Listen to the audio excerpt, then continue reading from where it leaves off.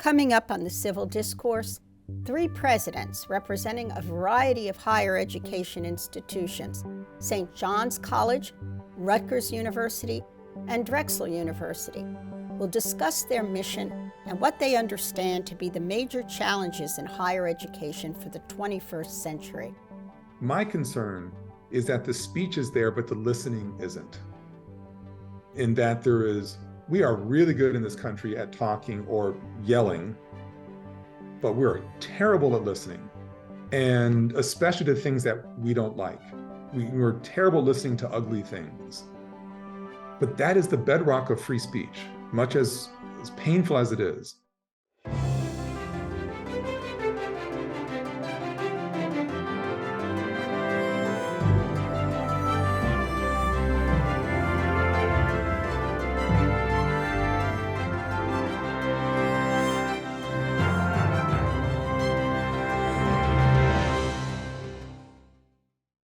Hello, I'm your host, Paula Marantz Cohen, Dean of the Pennoni Honors College and Professor of English at Drexel University, speaking to you from my office in West Philadelphia.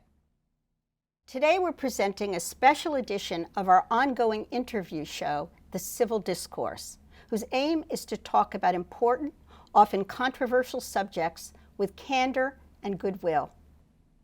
We're pleased today to discuss the state and future of higher education. We have 3 college presidents with us to address this topic, each heading a very different kind of institution. I look forward to exploring both the overlap and differences among them and what they feel students should get from their college experience in the context of 21st century American society. First, some introductions.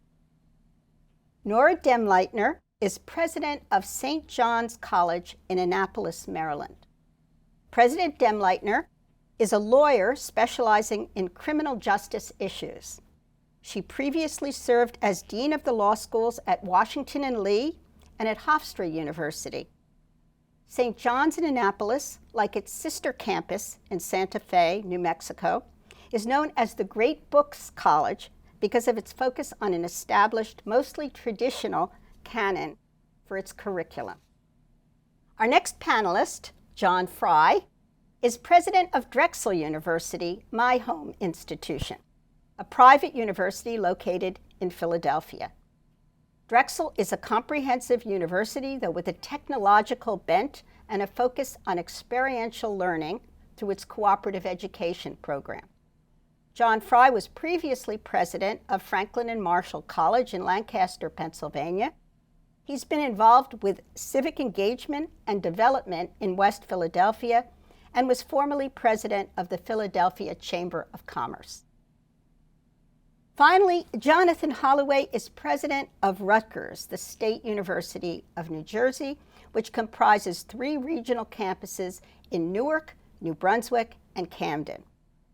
Rutgers is a comprehensive public university.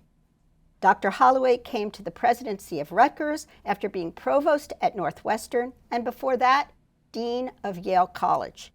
He is an eminent historian and an author of many books. I'd like to begin by a very general question which has been preoccupying me in recent years. What do you think students nowadays think the purpose of college is? And do you see yourself as agreeing with them or trying to redirect or expand their view? And maybe we'll start with Nora. So I think my sense from reading about what students today want based on opinion polls is a credential that will serve them well in the workforce. I actually don't think that's all students want, or maybe what they primarily want. They want a space to find themselves, to really think about the purpose of life. And we seem to be increasingly removing from that. And I have to say, I'm really delighted to be at St. John's because it is focusing on that purpose building, on giving students a space to really learn deeply Of course, we do everything to help them in the kind of start of a career post St. John's, but really giving them time to reflect and to learn also the skills of being a democratic citizen. And I fear that by kind of focusing so much on job market credentials, we are diluting some of the incredible impact of American higher education that's been going on for decades, if not centuries. Thank you, Nora. Okay, Jonathan, your take on this next question. Well, I agree so much with what Nora just shared with us, but it is so much, the answer to the question, as you've already pointed out in asking the question, is so dependent on the type of institution. I mean, Rutgers is 70,000 students, over a third of whom are Pell eligible, over a quarter of whom are first generation. And so even though this position has been a different type of university than where I spent 25 years of my career, and that was intentional, but it's been quite an education because it's hard for me to say, oh no, fall in love with the book. I'm being performative in this on purpose. Fall in love with the book, lose yourself in the life of the mind, and the return on this investment will be lifelong enrichment. I believe in those things. But telling a student who's got to contribute to the family bottom line within 4 years, when that's a significant part of the population, I can't ignore that either. And so the students who are coming to Rutgers, so many of them, they are looking for a degree that will give literal return on investment, cash in hand, at a real markup in year one and a very significant markup in years 3 to 10. That's very true. And it's interesting, the balancing act that you have to do when you're in an institution like yours. And I think John Fry at Drexel, perhaps a slightly different configuration here. How would you answer this question? It is a complicated question for me. So I'm the product of a liberal arts education. I'm a trustee of my alma mater, and I was president of a liberal arts college for 8 years. And so on one hand, I am so solidly with Nora from a sort of a personal standpoint. Everything I know is sort of rooted in the liberal arts. But like Jonathan, I'm now the president of a university that, even though smaller at 22,000 students, has about a third of my class Pell eligible and a third of my class first gen. And we have a cooperative education program which promises not only a rich set of experiences, but those experiences are largely compensated.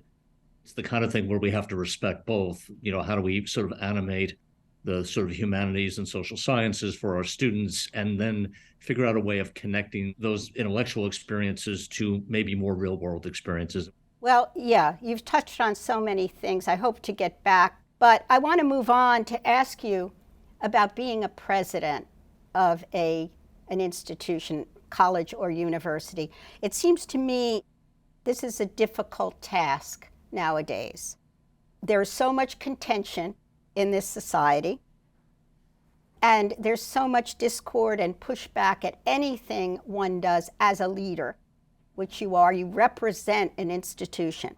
And I wonder if you have a method or a philosophy with regard to this atmosphere that we find ourselves in, where it seems that it's often impossible to please everyone. The joke amongst presidents, if you want to be loved, get a dog. I mean, it's so if a problem comes to your attention, it means that it hasn't been solved by really smart people on at least 2 or 3 different attempts. So by the time it lands on your plate, it's not so much you're offering the right or wrong. They just need a decision, because they haven't figured out the right or wrong. There may not be one. There may be 2 rights or 2 wrongs. And so that means that any decision that I make, I'll personalize it, means that I'm automatically making somebody else unhappy. That's just built into it. It's a hard and large pill to swallow, but once you recognize that that's just the nature of it, you just have to keep moving forward. So in order to manage through it, it really is knowing who you are, knowing what your values are, and until you're told otherwise by your board, if you have a board, I think if you have a healthy relationship, your board has given you the green light to articulate values and pursue them. And hopefully with grace, hopefully with as many people as possible in the community joining you and supporting you. But depending on what you walked into when you started your presidency, there might have to be a lot of cleanup. There might have to be a change of direction. There might have to be lots of different things going on. Or, I had the good fortune, not at all, of starting during COVID. I mean, or that's an emergency you have to deal with. And that will have, I think, a permanent effect on how your presidency is understood. I just want to follow up on that a bit, because it seems to me that there's a perception now that the position one takes is the position that will please the largest constituency. I mean, you speak about values, and that's a wonderful idea. But with trustees and with alumni and with donors, there are so many pressures on a president to do what will cause the least harm, so to speak, with the largest constituency. And I wonder if, John, you could address this idea of how you balance values with pressure groups and the sense that you really don't want to alienate large groups of people that keep your institution afloat. I think what I've learned, and by the way, I like to say this is now my 22nd year of being a college or a university president. And, over time, you do something for that long, you think every year would get maybe a little bit easier. And I can tell you every year has been my hardest year, and this especially. It's really gotten very, very difficult, in part, I think, because of the question that you just asked, Paula. And I think what I've discovered is that the really important thing is to have enough of a network within the institution, and especially outside of the institution, so that you're not backed up against the wall by the time there's a decision to be made that, of course, as Jonathan said, is going to be unpopular one way or the other. You're just not going to please all these people. So what I've tried to do is really use my network aggressively to find out what seems to be sort of coming down the road, take on sensitive issues very directly and very quickly. Just, I think I've learned that silence can often be seen as indifference. And I think the key to all of this is really careful and patient communication. Well, let me ask Nora something. Do you agree with President Fry, and I don't know what Jonathan Holloway's position is on this, that it's important to comment often about events as they occur, since there are so many, and they will be more to come, and whether your college, and it is a college and the other two are universities, do you have a different perspective on responsiveness in these situations? It's a great question, and I think St. John's does. What we often do is really have more conversations on campus and trying to facilitate those, because that's how our students come together, different perspectives on an issue, and really trying to learn with each other, showing empathy towards each other, and then kind of moving forward, at least in terms of understanding each other better, which I think is just a campus culture issue, rather than waiting for kind of some pronouncement from the president or the dean, or for that matter, any faculty member. So we kind of try not to do pronouncements on everything. That doesn't mean we haven't from time to time, but I think there's a vibrant conversation over how much the college should even do that. And it's a much smaller community, as I noted. I want to talk about free speech, okay, which is a vexed topic at universities and colleges these days. And I wonder if you agree with some critics that say that students and faculty often feel they cannot speak freely, even if there are formal edicts in place that support them, and how much you think groupthink has penetrated the academic environment and has been a stultifying force for faculty and students. Because of the way that our faculty teaches, we couldn't do it if we didn't have lots of ideological diversity, background diversity, socioeconomic diversity, really a student body coming from all walks of life to some extent, and not just domestic, but also international. We also, I should add, have almost 20% Pell students on our campus. So we're not kind of what you think of a wealthy liberal arts college campus. So in terms of freedom of speech, of course, every college president would say it's a high value, but how do you make it possible for students to actually live that experience on campus? I think that's what we're all struggling with. And I do feel that because of our pedagogy where everyone sits around the table and is expected to contribute to a conversation, people surface difficult issues. Now, not everyone likes them every time, but they're used to having those conversations. And my sense is that neither faculty members nor students feel that there is any kind of ideological restriction or religious restriction or any other kind of limitation on what can be discussed. And in fact, it's welcome to hear those conversations and then to be able to respond to them. I want to move on to Jonathan about this issue of free speech, which I know you probably have grappled with.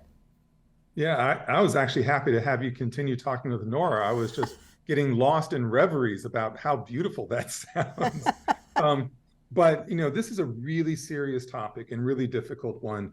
And you've already touched upon some of the differences, is that the scale of the community that you're talking about, the way in which topics are discussed, leads to radically different possibilities in the culture of pedagogy and the culture of just kinship, right? So I think there are a lot of real conversations happening in classrooms, but students, because of smartphone culture and social media, are terrified of suffering a social death because they are overheard saying the wrong thing, or something's taken out of context, or they have a bad moment. We all have bad moments. My concern is that the speech is there, but the listening isn't.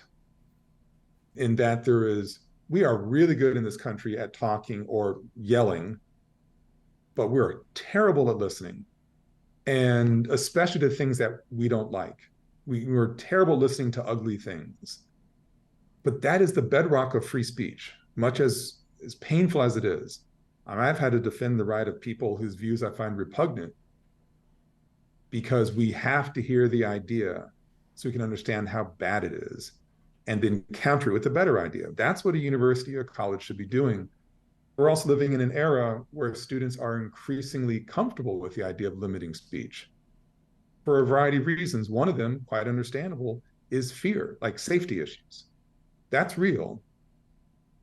But we've got to really walk that we presidents, I think, have to walk that fine line where we are lowering the temperature in terms of speech so that people can hear each other, while preserving campus safety. That was quite comprehensive and reflects the issues that are prevalent in large universities, especially in urban centers where issues are really percolating. Well, would you mind if I just added one? You certainly, go ahead.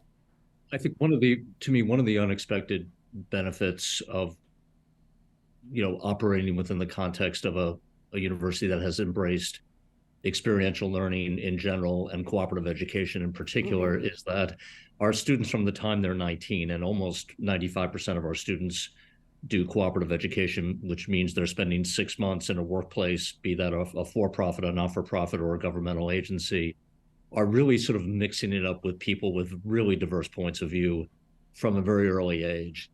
And I think that round after round of co-op, they go to different places, they're in different workplaces, different cultures, different people.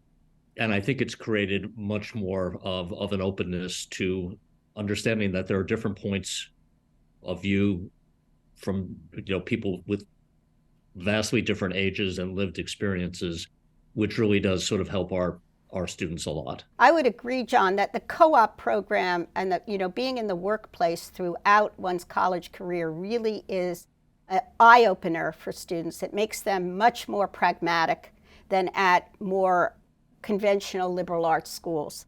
But right. This issue of the affirmative action policy no longer being possible in the way it has been, do you see this as an opportunity, or do you see this as a detriment? Obviously, I was personally very, very disappointed by the decision. But with everything like that creates adversity, you have to look for the opportunity.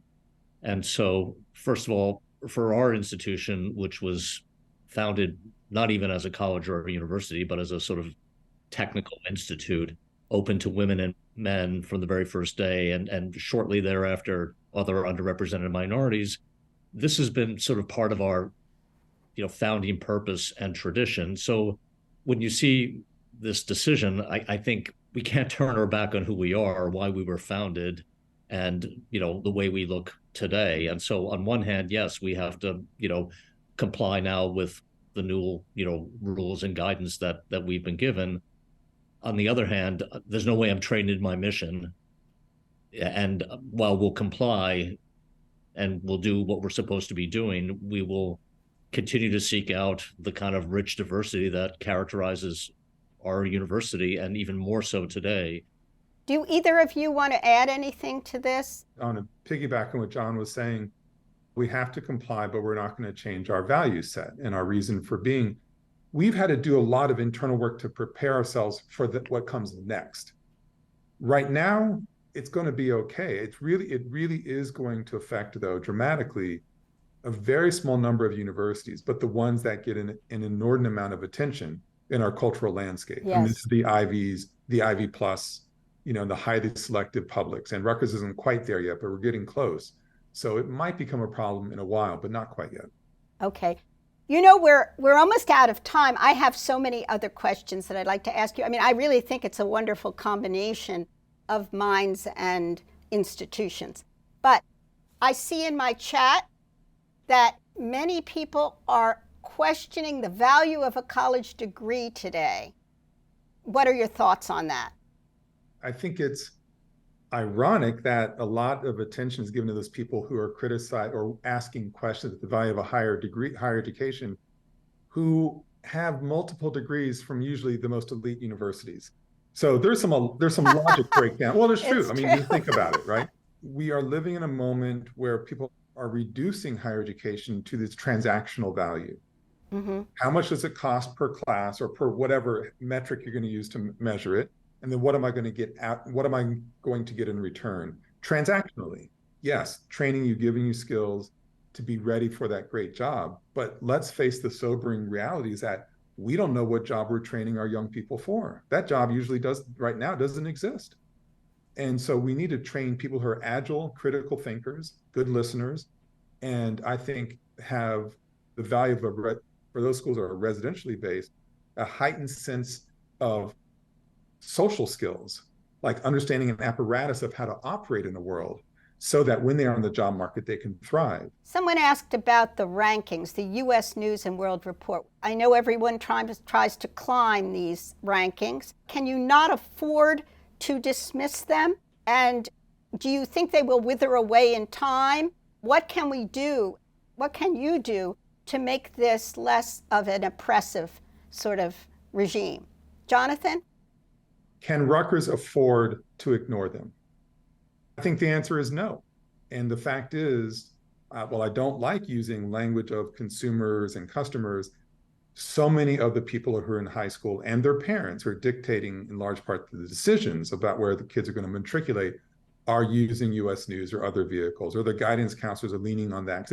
It's a helpful shorthand. Whether it's the right shorthand, hugely debatable, but it is it's a lingua franca in many ways for people. And so I think Rutgers is a fabulous university, and I don't think we can afford to not pay attention and to try to do what we can to improve ourselves along various metrics.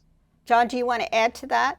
I'm with Jonathan because I think this has an impact on us as well. If I could just say, I was slightly encouraged just taking a look carefully at what the changes in methodology were. Maybe they're finally getting a little bit of the memo about the importance of life after college and what happens, what we do to transform lives in our institutions. Okay, there is a question here for Nora.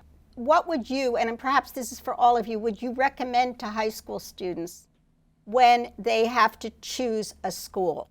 Thank you, Paula. And this actually, I think, plays into the rankings question as well. The first is, I think parents need to calm down. And I say this, I think, advisedly. I'm a parent myself, but I think it's really important for them to think about schools that fit their child, that will bring out the best, the most excellent in their own student, rather than a rankings mechanism, for example. So, be selective and really learn about the institution, and don't be beholden by the U.S. News rank because I think that fits into this prestige idea. We need a prestige degree to get a prestige job. Now, I, of course, tend to believe going to St. John's gives you an incredible advantage. We get a fair number of students who've gone somewhere else for a year and then come to St. John's because they didn't feel challenged. They didn't feel that they belonged in that other institution. I'm sure we all are in that position, but it's really heartening to see them then thrive at a school that's really rigorous and challenging. Could I add to that, and this is a little self-serving for Drexel and for the Pennoni Honors College, that we try and do that within Drexel. All our courses, our honors courses, are seminar style, and I do think of St. John's as a model for that kind of learning and that idea of having fulfillment and joy in learning, which I think so often is forgotten. The university is such an important place and yet such a fraught environment right now. This has been a wonderful engagement, I think, of three terrific leaders. So I want to thank the three of you for being here today. Nora Demleitner, Jonathan Holloway, John Fry, for joining us today on the Civil Discourse.